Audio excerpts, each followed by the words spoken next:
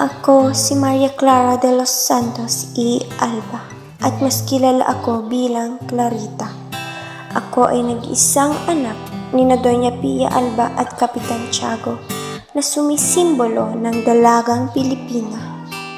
Ako ay tinaguri ang pinakamagandang bituin at nag-iisang mutya ng San Diego.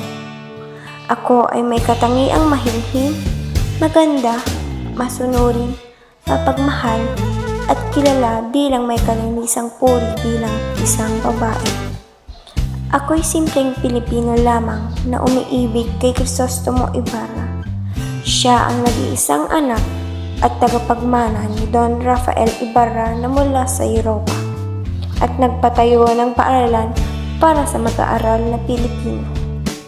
Siya rin ang aking tinatangi at kami ay tunay na nag-iibigan na mariing naman tinutulan ng aking tunay na amang si Padre Damaso na hindi pa nakontento na mapaghiwalay lamang kami ni Ibarra, bagkus humanap pa siya ng binata na maaari kong kabiyak.